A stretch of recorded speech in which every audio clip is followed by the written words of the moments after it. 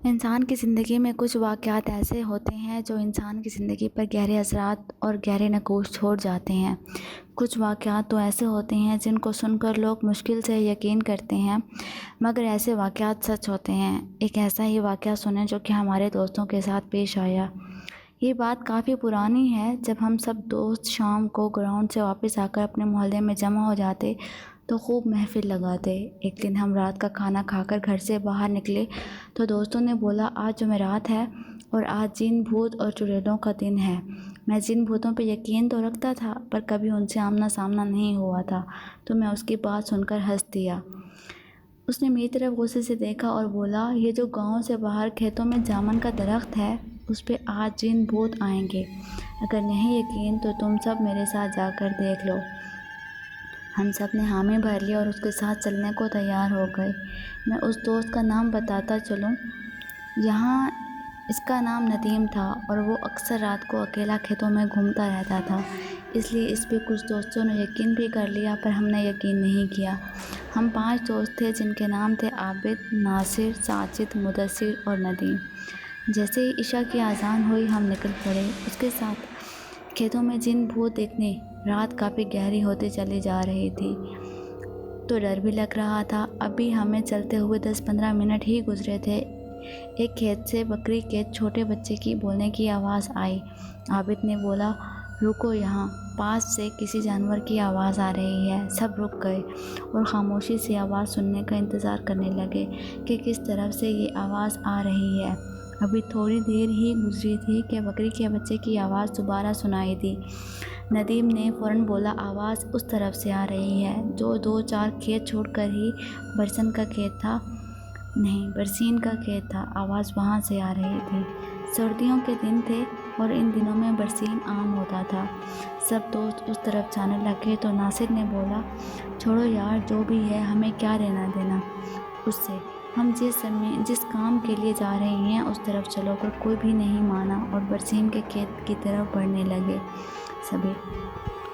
وہاں جا کر دیکھا تو ایک چھوٹا سا بکری کا بچہ وہاں کھیت میں بیٹھا تھا۔ ہم میں سے کوئی کچھ بولتا اس سے پہلے ہی ندیم نے کہا، لگتا ہے جو یہاں بکریاں چروانے آتے ہیں ان کا رہ گیا ہوگا، اس کو اٹھا لو، صبح پتہ لگا کر واپس کر دیں گے۔ سب نے اس کی بات سے اتفاق کیا اور ایسا ہی کیا۔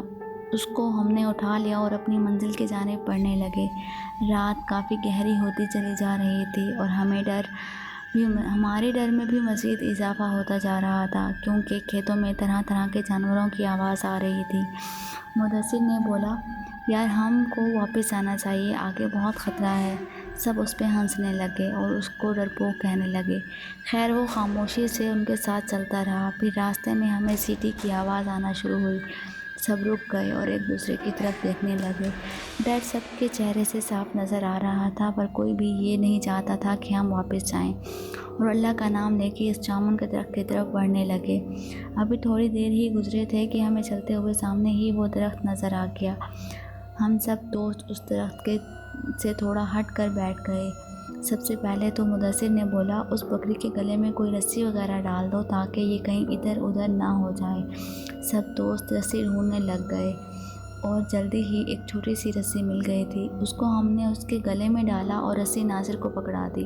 سب کی نظریں اس درخت پہ جمی تھیں۔ 10-15 منٹ ہی گزرے تھے کہ اس جامن کے درخت کے اوپر سے ایک باریک سی لال رنگ کی لائٹ نظر آئی۔ وہ لائٹ اتنی باریک تھی اور اتنی تیز تھی یہاں بتانا مشکل ہے۔ وہ لائٹ کبھی درخت پر جاتی، کبھی درخت سے نیچے آتی۔ ہمارا خوف کے مارے برا حال ہو رہا تھا اور ساتھ ہی پراسرار آوازیں آنا شروع ہو گئیں۔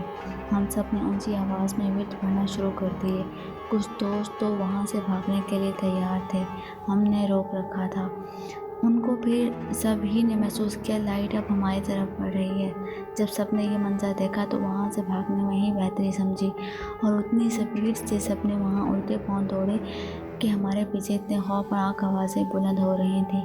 بس یہی محسوس ہو رہا تھا جیسے وہ بالکل ہمارے پاس ہی ہیں اور کسی بھی لمحے وہ ہم کو نقصان پہنچا سکتے ہیں۔ ہم نے ہمت نہ ہاری اور بھاگتے رہے، ورد کرتے رہے اور واپس گاؤں آ کر سانس لیا۔ جب ہم سب گاؤں کی حدود میں پہنچ گئے تو مدثر ناصر کی طرف دیکھا اور پوچھا، ہمارے پاس بکری کا بچہ تھا، وہ کہاں چھوڑ آئے؟ اس نے ہاتھ کی طرف دیکھا تو اس کے ہاتھ میں صرف رسی تھی۔ اس نے بولا کہ جب ہم وہاں سے بھاگ رہے تھے تو یہ صرف رسی ہی تھی، بکری کا بچہ کدھر گیا اس کو کچھ معلوم نہیں۔ جب وہاں سے واپس دوڑے تو وہ بچہ ہمارے ساتھ وہاں نہیں تھا، رسی صرف یہی تھی۔ کیا وہ سچ میں بکری کا بچہ تھا یا کوئی اور مخلوق تھی؟ سب دوستوں نے کہا جو بھی تھا ہم صبح صبح وہاں جا کر ضرور دیکھیں گے۔ صبح ہوئی تو کوئی بھی وہاں جانے کو تیار نہ تھا سوائے ندیم اور مدثر کے۔ وہ دونوں کھیتوں میں گئے اور اسی جگہ گئے تو انہوں نے وہاں بکری کے بچے کو مرا ہوا پایا جو جامن کے درخت کے بالکل قریب ہی پڑا تھا۔ اس کی صرف ہڈیاں ہی ہڈیاں نظر آ رہی تھیں، اس بکرے کے بچے پہ گوشت کا کوئی نام و نشان نہیں تھا۔